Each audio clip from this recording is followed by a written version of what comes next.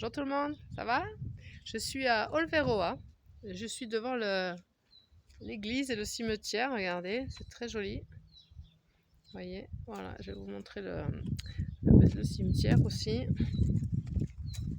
Hop, regardez. On fait vraiment des constructions incroyables. Il y a l'église aussi, voilà, à côté. Ouais. Donc voilà, je suis au petit village d'Olveroa. Il y a des super Oreos en pierre aussi, parce que là, depuis quelque temps, les Oreos sont en pierre maintenant.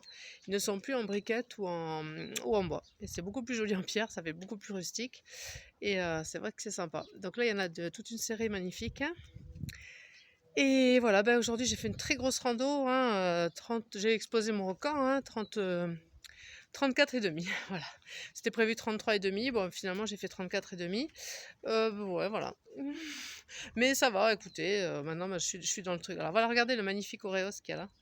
Je vais le longer, regardez ça, comme c'est beau en pierre. C'est absolument magnifique, c'est vraiment typique, c'est super. J'en ai vu plein, c'est aujourd'hui. C'était vraiment très très beau. Il y en a un autre ensuite, un petit peu derrière, là, je vais passer devant. Bon, ouais, je suis en train de visiter le village et j'ai vu ça, j'ai dit je vais faire la vidéo là, parce que regardez ça, comme c'est beau. Magnifique, non? Eh oui! Les magnifiques Oreos en pierre. Et puis il y a même une petite croix ici, là. Je vais y passer devant. Et vous allez voir ça, regardez. Ça fait un très bel ensemble, la croix. Les Oreos de l'autre côté. Vraiment, c'est super. Ah, mais j'avais pas vu qu'il y avait aussi... qu'il y avait ça, regardez. Qu'il y avait Santiago. Bon, là, je suis plus sur le chemin de Santiago, hein, je suis sur le Camino français, je suis sur le chemin de Fisterra-Muxia. Voilà, c'est un petit chemin différent. Et je suis en train de faire ça. Donc demain, Fisterra. Yes. Après, je verrai. Alors, ils annoncent pas du beau temps pour demain. Donc, pour aller voir le coucher de soleil à Fisterra, je crois que ça va être ça va tomber un peu à l'eau, c'est le cas de le dire. Donc, je sais pas, je verrai demain. Hein. De toute façon, voilà. On fait avec. Et puis, je vais passer par là. Ça a l'air joli. Je vois qu'il y a encore des Oreos. Donc, grosse étape aujourd'hui. En plus, il faisait chaud. En tout cas, ce matin, il faisait chaud. Là, maintenant, ça s'est un petit peu rafraîchi dans l'après-midi parce qu'il y a une espèce d'air frais, enfin frais entre guillemets, hein, mais plus frais qui est passé et qui, du coup, ça a été moins dur cet après-midi que ce matin. Ce matin, ça cognait dur. Et puis après, j'ai passé une colline. Quand je suis redescendue dans la vallée, de l'autre côté, la météo avait changé. Il y avait ce petit courant d'air. Regardez, il y a encore un Oreo là. Il est là, vous voyez, tout en pierre. C'est très joli. Voilà, tout le village est en pierre, c'est magnifique. Ça, c'est vrai que c'est vraiment bien, puis c'est bien restauré, c'est chouette. Donc ouais, donc ce matin la chaleur, bon, il fait pas, c'était mon premier jour où je marchais vraiment avec des fortes chaleurs, donc depuis le début du chemin. Hein. Ah, il y en a encore un autre là, oula, mais il y en a plein partout des Oreos. Donc je vais vous faire montrer celui-là aussi. Et du coup, oui, bon, bah, ça allait, hein, j'étais bien équipée avec mon nouveau chapeau. Oh là là, il y en a plein là, je vais vous montrer tous les Oreos qu'il y a. Et donc ça s'est bien passé. Puis après, l'après-midi, du coup, alors il y en a un ici, regardez ça. Wow. Et il y en a un de l'autre côté. Wow. Attends, il est où? Là, au-dessus de moi, regardez. Tac, vous voyez? Il est là. Voilà, voilà. Donc voilà, c'est vraiment typique du coin. Hein, il y en a partout dans toutes les fermes, c'est ça quoi.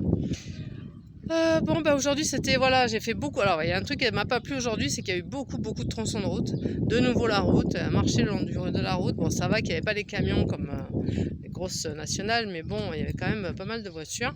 Et c'est vrai que... alors je me suis demandé, mais comment ça se fait qu'en Espagne, il y a tant de routes, quoi. Et je me suis dit, mais... alors, je sais pas, peut-être j'ai tort, hein, je sais pas. Mais moi, je pense qu'il n'y a pas beaucoup de chemins de randonnée en Espagne. C'est vrai que j'ai pas vu beaucoup d'affiches avec marqué les chemins de rando du coin, quoi. Il n'y a pas, hein, en France, j'en voyais régulièrement dans les villages. À l'entrée d'un village, il y a toutes les balades à faire dans le village. Là, il n'y a pas, je pense qu'il n'y a pas de chemin de randonnée prévu dans les campagnes. Et que du coup, ils sont obligés, pour tracer le GR65, de faire passer par la route ou par des chemins déjà prêts, quoi, des chemins entre les fermes, quoi. Donc du coup, ça fait qu'il n'y a pas beaucoup de possibilités et que la plupart du temps, ils nous font passer carrément sur la route et puis basta, quoi.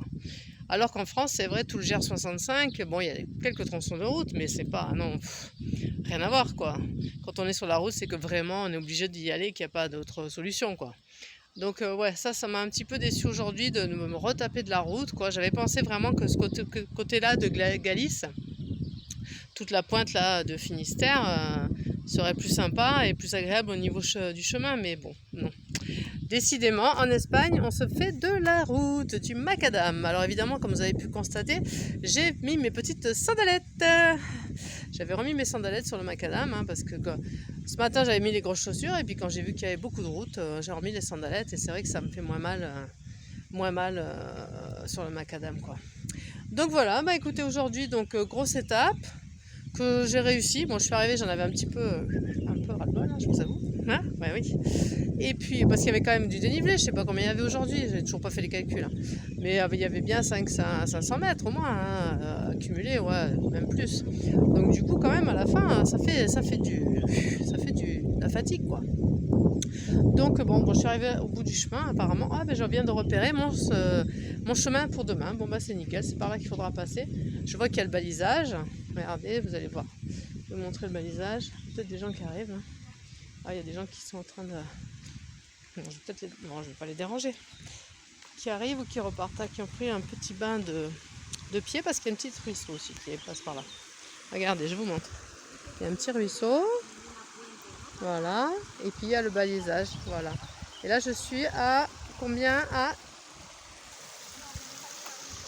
35. 35. Kilomètre 35. Donc il faut que j'arrive à kilomètre 0, hein, demain. Oh purée, ça va encore faire une grosse étape, ça. Oula, hein, ça fait mal quand on voit les chiffres. Bon, mais c'est vrai que l'histoire du compte à rebours, ça vous booste, hein, pour avancer, hein. Je faisais mes petits calculs, je me dis, bon, il faut que j'arrive au moins à ça. Et bon, j'avais espéré arriver à 33, mais non, c'est 35. Bon, ok, il me reste donc 35 bornes pour demain pour arriver à Fisterra. Alors non, moins 3 km, ouais, c'est ça. Moins les 3 km, parce que le point zéro, c'est au phare, en fait. Mais le phare est à 3 km du centre-ville. Ok, donc du coup, ça fait que 32. Ah, mais oui, donc demain, je fais 32. Voilà, hein, voilà, 32 km d'étape. Et après, il faut que j'aille au phare ou pas, je vais voir demain. Mais l'aller-retour, ça fait 3 et 3, 6 km de plus le soir, si vous voulez aller voir le coucher de soleil au phare, quoi. Vous voyez? Donc ça fait beaucoup de kilomètres tout ça. Bon, après, j'aurais peut-être posé le sac à l'albergue, hein, quand même. Déjà, quand on n'a pas le sac, ça change tout, hein. Clairement que faire le chemin avec ou sans sac, ce n'est pas du tout la même chose. Là, voyez-vous, j'ai plus le sac, je pourrais remarcher des kilomètres encore, hein. Mais dès que tu mets le sac... parce que moi, j'ai porté environ, allez, en moyenne 9 kilos sur moi, tous les jours. Donc 9 kilos, ça se sent, hein, quand même, dans la journée, hein, je peux vous le dire, hein. Donc voilà, quoi, hein, c'est pas du tout la même chose que quand on enlève le sac, on peut marcher beaucoup plus facilement. Donc je comprends les gens qui font le transport du sac.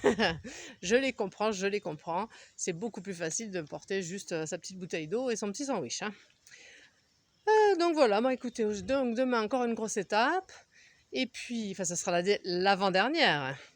Fisterra. Après je ferai Murcia. J'ai déjà prévu mon bus. Ouais, j'ai mon bus. Et après je rentre, je fais un petit transfert à Santiago avant de rentrer. Voilà. Tout se combine bien, donc écoutez, ça suit son chemin, tranquillou. Donc pas plus, je vous ai fait visiter donc le village tout en pierre avec plein d'oréos en pierre. Et je vous dis à demain pour la suite des aventures. Ciao ciao!